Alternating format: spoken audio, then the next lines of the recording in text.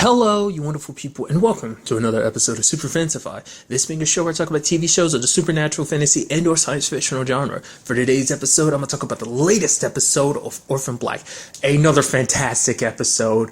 I love that this is, lo and behold, the return of Crystal. I love it. I think I might have brought this up either earlier this season or something. I vaguely feel, or maybe just a thought I had, but it's maybe somebody even said last season, but nevertheless, it's amazing how Crystal constantly keeps popping up. She's like the only, like amongst, the five, Rachel, Helena, Allison, Cosima, and Sarah, like they're the main group that we see amongst the leaders. She's the only other recurring leader that's popped up. Any other leaders we've met have kind of been typically one-offs, so it's just kind of interesting. Well, I guess after her would be MK, but she's the one that pops up the most and everything, and once again, it's just surprising. Like somehow, some way, she just happens to be in the middle of everything. She happens to figure out some shit that no one else has figured out yet. Granted, she's still going about it her own, thinking this is all part of some like big cosmetic corporation thing, not realizing it's clones because she doesn't believe all that stuff. But nevertheless, it's crazy how close she gets to all this stuff. I mean, Sarah's like, how the hell does she find her way into this position every single time? She's always neck deep in this stuff, and it baffles me. She's kind of a bumbling idiot. She's an airhead, yet she has her moments of being smarter than everyone else, and it's astonishing. I'm sure Sarah takes major offense to that, just being like, I know I'm not like the smartest of us. We all know Cosima is, but come on, like there are moments where Crystal's smarter than me, really? But I love the whole situation of like, Sarah was going to go undercover as her, but then she kind of screwed that up and started taking things in her own hands. I mean, I love above and beyond this. Like it all started because her friend Bree was losing her hair. It's like it's obvious. Like these Neolution people, they poisoned her because they know we were on the internet speaking the truth. They kind of got their own little audience too. I thought that's pretty impressive, like 50,000 people, and so I just thought that was kind of interesting that she's got her own little like vlog, talking about all this, revealing the secrets that the big cosmetic corporations don't want you to know about. And the first person she goes to is Art and Scott in this whole situation. I'm sure if Felix was around, if he wasn't, in Geneva with Delphine and Adele, he'd kind of be in the mix too. But I also love the fact is that when she kind of went undercover herself, she had her own earpiece and surveillance, and Art was like, wait, you do? And she's setting it up and everything. And Art multiple times throughout had to be like, Crystal, focus. Stop kissing him. Stop making out with the Linda that she's supposed to be meeting with. Because it's like, he's part of some big blue zone corporation that's connected to cosmetics. But it's like Neolution balled it out. So it's like, what's the connection there? There's even one line I was just kind of like, it has to be awkward for Sarah too. Because it's like, that's kind of like, look, it's like, I mean, I guess at this point, the clone thing it's nothing new, but it's still got to be weird when you have to literally sit there and watch someone that looks exactly like you making out with someone. It's got to be weird, especially when you're beside your partner, like Art, and that's got to be awkward considering the whole, like, him and how he felt about Beth and everything. It's weird, when you think about it. It's the whole thing. There's so many levels to, like, how awkward and weird that is, but it never came up.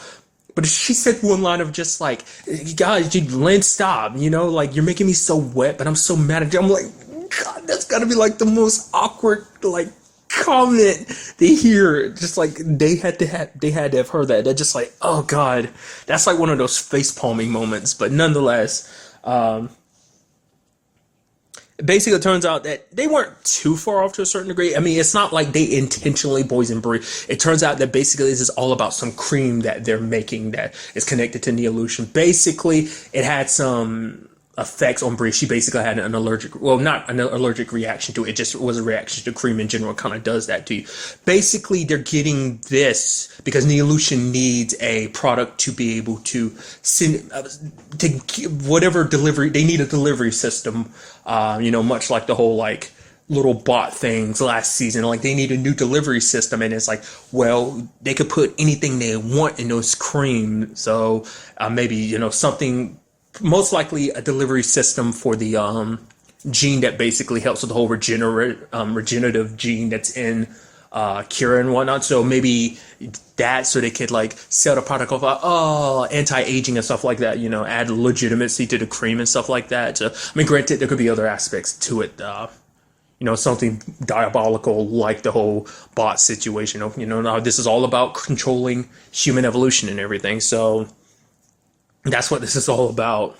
I did appreciate that Crystal kicked his ass, because let's not forget, Crystal went through self-defense, so she knows how to handle herself. She kicked him in the nuts and kind of had him on the ground. She put it on his face, but it looks like some might have gotten in his hair. I don't know if she purposely put it in his hair, but definitely got it on his face. So... well, I was thinking, like, I guess in my head, I was thinking, like, oh, you just apply it to your... it's like, no, that means it's going to get pull hair from all over his body. So I guess given a large enough amount on his face, it'll be a while before his hair grow back. Just kind of a final middle finger to him, especially because he kind of called her an idiot and stuff like that. She saw his true colors. Like, she's like, I thought there was something here. It's like, oh, yeah. It's like, he pretends like, oh, yeah, I know about your blog and everything. I was like, no, you've never watched anything about me. So, like I said, interesting turn of events. Like I said, always a pleasure to have Crystal return. And I even like the fact that you can see Sarah kind of walk away from the situation like, wow, Crystal's kind of a badass, how she handled that whole situation. So we did find out more about Neolution's plan. And like I said,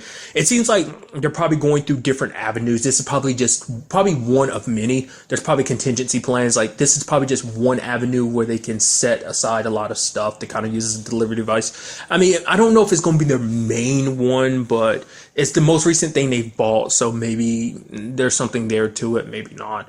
Like I said, I get a feeling like it's such a big operation that there's contingency plans upon contingency, so they have different avenues just in case one might falter or fall behind. They have other avenues that they can act as delivery systems for the whole things, what they're up to and everything with the whole, like, reversing aging and stuff like that. So what I also thought was kind of interesting was, the conversation between, obviously we hear his name being John, but the conversation between Susan and PT about this whole situation, the way he makes it seem like it's almost like it seems like it was actually Susan who came up with the whole situation. It seems like she was more of the brains of the operations and stuff, like more so her and Cody, but it was Westmoreland who kind of brought up the funds. I don't like the way the conversation made it seem like it was more so her idea, because it's like, it's back in the 60s. She was a woman, so it's not like anyone would have listened to her scientific discoveries and stuff like that. So it's probably, a situation of, like, I guess a very H.G. Wells type of situation, because, this is me pulling this from Warehouse 13, but I think there was some, I don't know, I guess it's based on a rumor or whatever, but H.G. Wells is actually H.G. Wells' sister.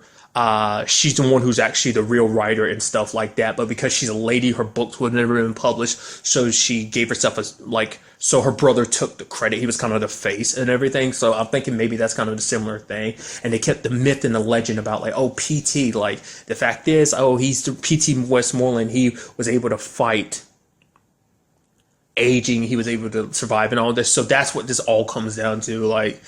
Like I said, I could be mishearing that wrong. Maybe it was PT, but the way the conversation made it seem like it was Susan who came up with the lie and everything. That's just kind of how this situation works. Kind of how you further yourself. You need a little truth, but with a lot of, like, fiction mixed in to kind of spice yourself up and make you stand out. So, that's how he gathered all these people, was by that legend. That's how he's gotten as far as he has because of that. So, it seems like the money he got was also from the fact of, like, being this spectacle of, like, being, Westmoreland and everything. So, because a big part of this episode too was, like, Cosima trying to tell Mud, like, don't trust him. He's lying to you. He's totally full of shit. He's not who he says he is. Trying to, like, connect with her and be like, my niece, Kira is going, like, what he's going to do to her. Please don't let me warn my family and stuff like that. But Mud is kind of caught up in her own situation, because for Mud, she kind of tells about the fact that she was a junkie, that she OD'd, but it was him who, like, Westmoreland saved her. She woke up here. This place was like her home. Like, she stole from her family. She feels like she has no place to go back to call home. So this place is all she has. So, when it was all said and done, because Aisha, the little girl, died. As Cosima points out last episode, her cancer wasn't cured. It was just manipulated, all kind of smoke and mirrors to make it seem like, he's got the cure to everything. It's like, obviously, quote unquote, cure her cancer, make everyone think, continue. Kind of making another comparison, like the Wizard of Oz, making yourself seem all powerful. That's kind of like where his whole thing is. But the smoke and mirrors are starting to fall apart, because Cosima sees through it. She's the probably only person that has in like all this time really seen through. Obviously, Susan's known the truth. I mean, I would assume Cody knows the truth too, which obviously we see her pop up in the episode. Not too surprised. I knew it was going to be sooner or later she ends up finding her way back to Westmoreland in some shape or form. I thought what was going to happen is that it seems like she kind of got out on her own. I mean, maybe there's more to that than that.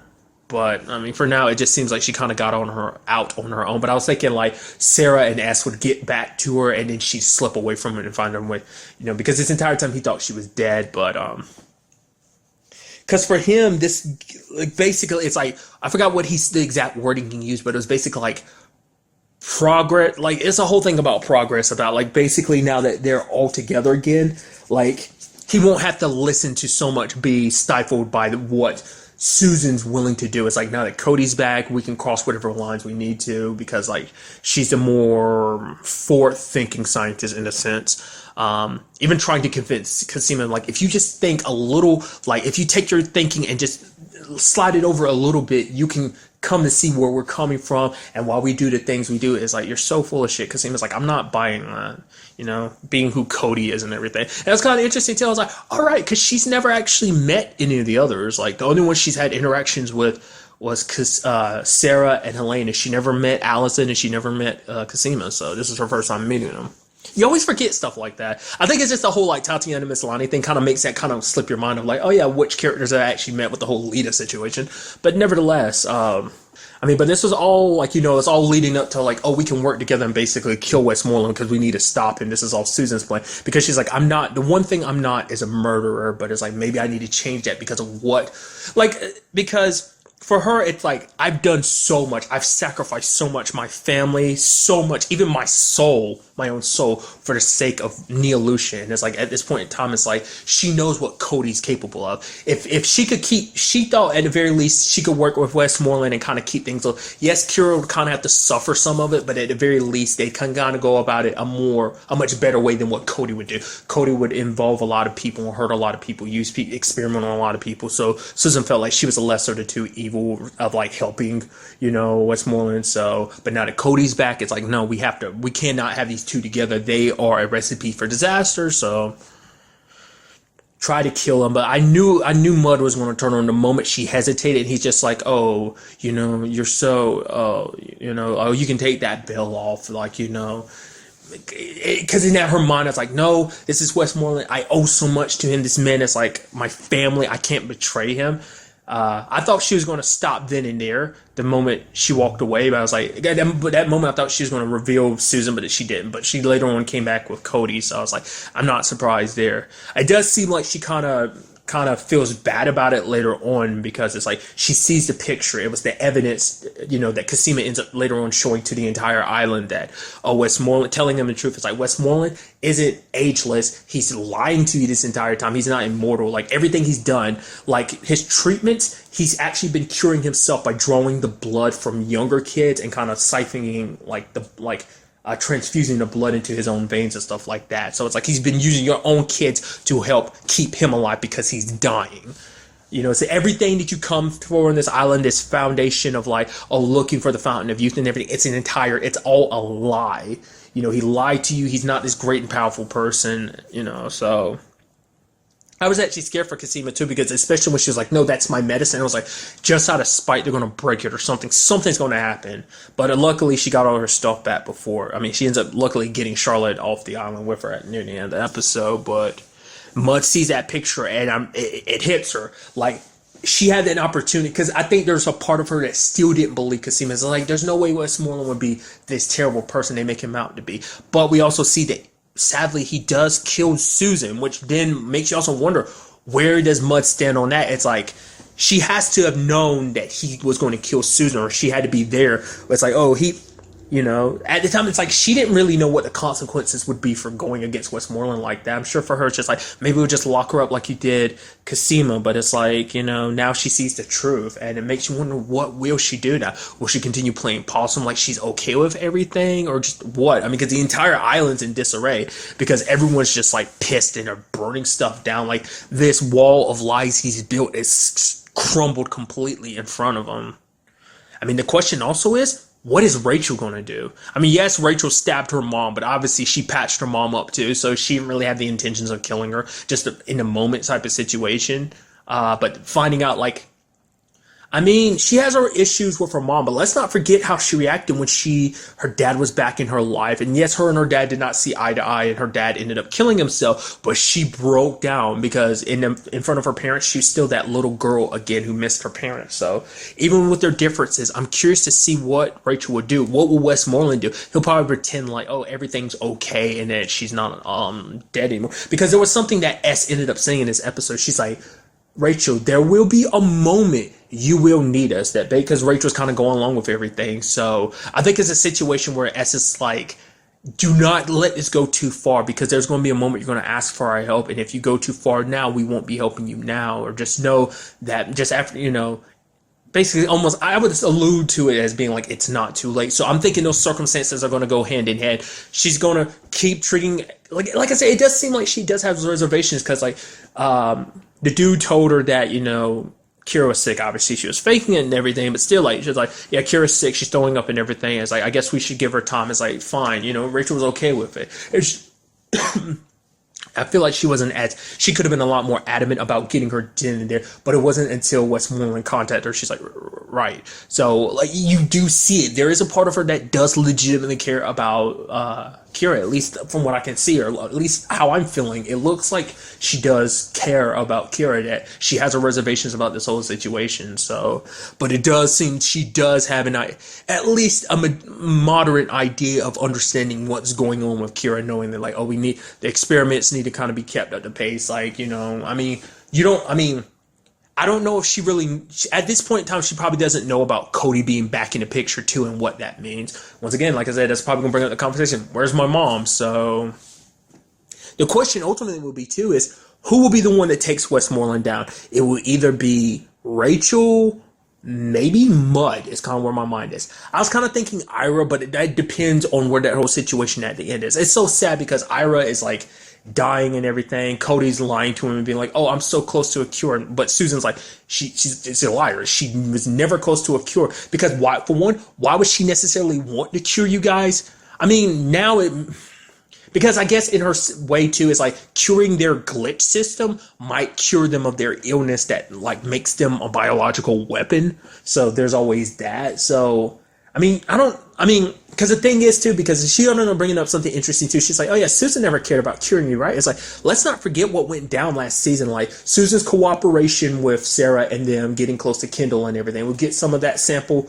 of Kendall's genome, but you can only use it to help the leaders screw the casters, and that's why Ira kind of had such a problem with it. So I thought that was going to play a bigger part in it. I thought that was going to create a divide and because Ira was asking too, like, oh, I want to know more about, where I came from. I mean, we ended up finding out something too, like finding out about when they like separated. Like this is back when everything, I guess they went their separate ways all those years ago, Castor and Lita, and Susan took him away. Obviously he was screaming. He didn't want to be separated from his brothers. But he's been with Susan since he's 4, and you see it at the end, like seeing Susan dead, like breaks him, because like Susan was his everything for most of his life. So it's understandable how he felt about it. I always see it in, obviously he's bleeding from his nose a lot. So I'm assuming Ira is dead. The glitch finally like kills him. He ended up telling Cosima to leave. So it's sad that they both died. So there's not even Ira there to tell the truth. But I can only assume now, since I threw that out there, that what's going to happen is it's going to be Mud who ends up telling Rachel the truth. And then she takes it upon herself to pull it up. Either a bullet in Cody's head or quote-unquote Westmoreland's head, or maybe even both. Because I think she's still caught up in all this lie too, believing that he really is. Because once again, like for Rachel, this is her purpose. She found her place. Like this is what I was born to, but now to find out that it's all a lie. And now it's like, not only are you a liar, you're a killer because you murdered my mom. Yes, we had our issues, but that was still my mom. You killed her. I loved her, so. I mean, we'll just kind of have to wait and see.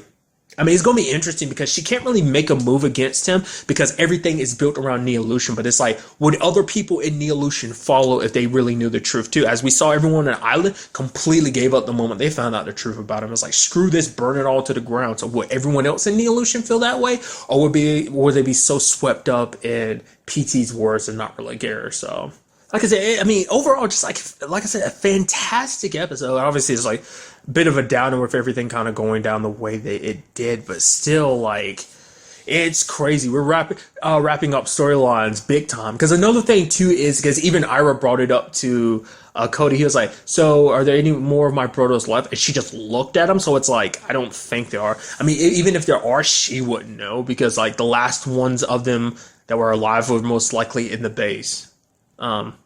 And she quickly brought up the factors of how the whole situation happened. That basically Susan paid Ferdinand off to get.